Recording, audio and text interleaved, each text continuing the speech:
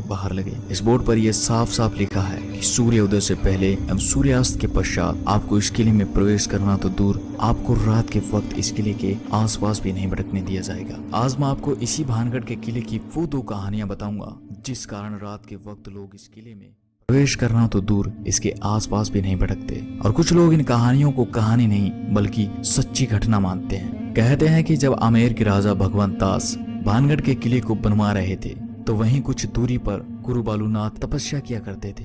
जब बालूनाथ को खबर लगी कि उनके पास में एक किला बनाया जा रहा है तो उन्होंने राजा को बुलावा भिजवाकर अपने पास बुलवाया। जब राजा भगवंत दास गुरु बालूनाथ के पास पहुंचे तो उन्होंने राजा से कहा कि आप जिस किले को बनवा रहे हो उससे मुझे कोई भी आपत्ति नहीं है, लेकिन एक बात का ध्यान रखना कि इस किले की ऊंचाई इतनी मत कर देना।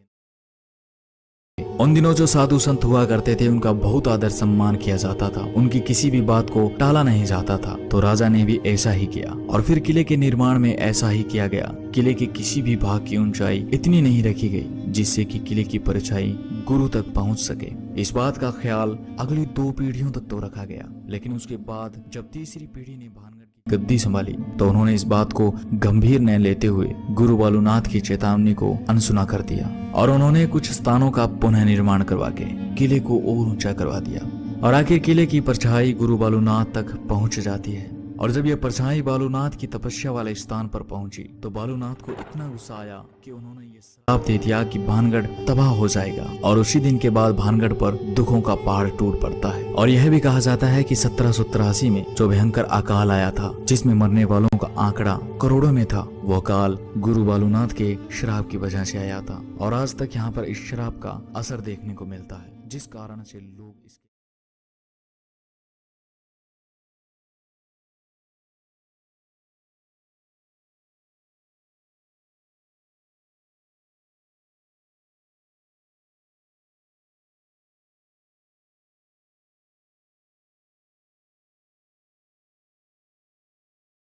खूबसूरती, राजकुमारी की खूबसूरती के चर्चे दूर दूर तक फैले हुए थे। इस कारण हर दिन अलग अलग राजाओं के शादी के संदेश राजकुमारी के पास आया करते थे।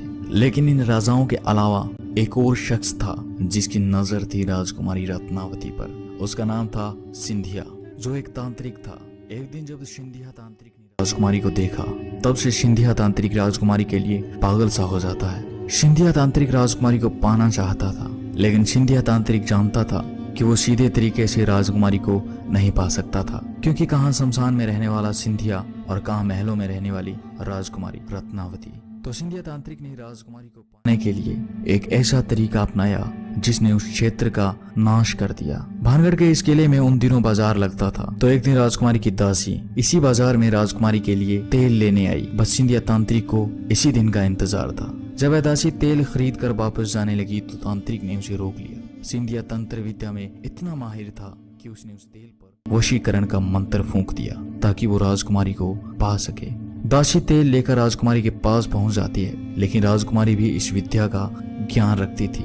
उसने जैसे ही तेल को देखा वैसे ही उसे शक हो गया कि इस पर किसी ने तंत्र मंत्र किया है। फिर राजकुमारी ने अपनी दासी से पूछा कि तुम्हें बाजार में कौन मिला था।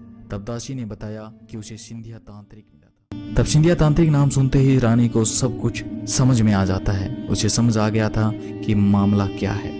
राजकुमारी ने वो शीशी किले के ऊपर पड़े एक बड़े पत्थर पर दे मारी और सारा तेल उस पत्थर पर बिखर गया। ये कहा जाता है कि तांत्रिक ने उस तेल पर ऐसा जादू किया जिससे अगर कोई उस तेल को लगाता तो वह उसके वश में हो जाता और खुद ब खुद उसके पास आ जाता। और आखिर ऐसा ही हुआ। वह बड़ा पत्थर जिस पर राजकुमारी ने तेल फेंका वह लुढ़कने लगता है और जिस स्थान पर सिंधिया तांत्रिक तंत्र मंत्र किया करता था उस स्थान तक लुढ़कता हुआ जाकर सिंधिया के छाती पर चढ़ जाता है। अब सिंधिया सारी बात समझ चुका था तो मरते मरते सिंधिया तांत्रिक ने श्राप दे दिया कि भानगढ़ तबाह हो जाएगा, सारे लोग मारे जाएंगे और उनकी आत्माएं यहीं इस किले में भटकती रहेगी। और इतना कहकर सिंधिया तांत्रिक मर जाता है। और इसके बाद होता है एक भयानक युद्ध जिसमें भानगढ़ के सैकड़ों लोग मारे जाते हैं। और ये कहा जाता है कि सिंधिया की उस श्राप के कारण आज तक इस किले में उनकी आत्माएं भटकती है और आज भी रात के वक्त यहाँ चीखने चिल्लाने की आवाज आती है। ये तो थी वो घटनाएं जो पारालौकिक शक्तियों से जोड़कर देखी गई थी, लेकिन इन सब के अलावा एक कारण और भी है और ये मानना पड़ा कि इस किले में कुछ न कुछ गलत जरूर होता है जो लोगों के लिए खतरनाक हो सकता है। कुछ समय पहले इस किले में रात के वक्त लोग चले जाते थे जो जगह जगह पर इस किले को खोदने लगते थे। उन्हें लगता था कि इस किले में कोई पुराना खजाना गड़ा हुआ है और वो इसी खजाने की तलाश में रात में इस किले में खुदाई किया करते थे। उस वक्त इस किले में रात के वक्त कुछ आपराधिक गतिविधियां होने लगी थी और इन्हीं असामाजिक तत्वों के कारण इस किले में रात के वक्त प्रवेश करना वर्जित कर दिया गया था। फिर 2016 में एक ऐसी घटना घटित हुई जिसने फिर एक बार इस किले पर सवाल खड़े कर दिए। दरअसल इंडियन पैरानॉर्मल सोसाइटी के प्रमुख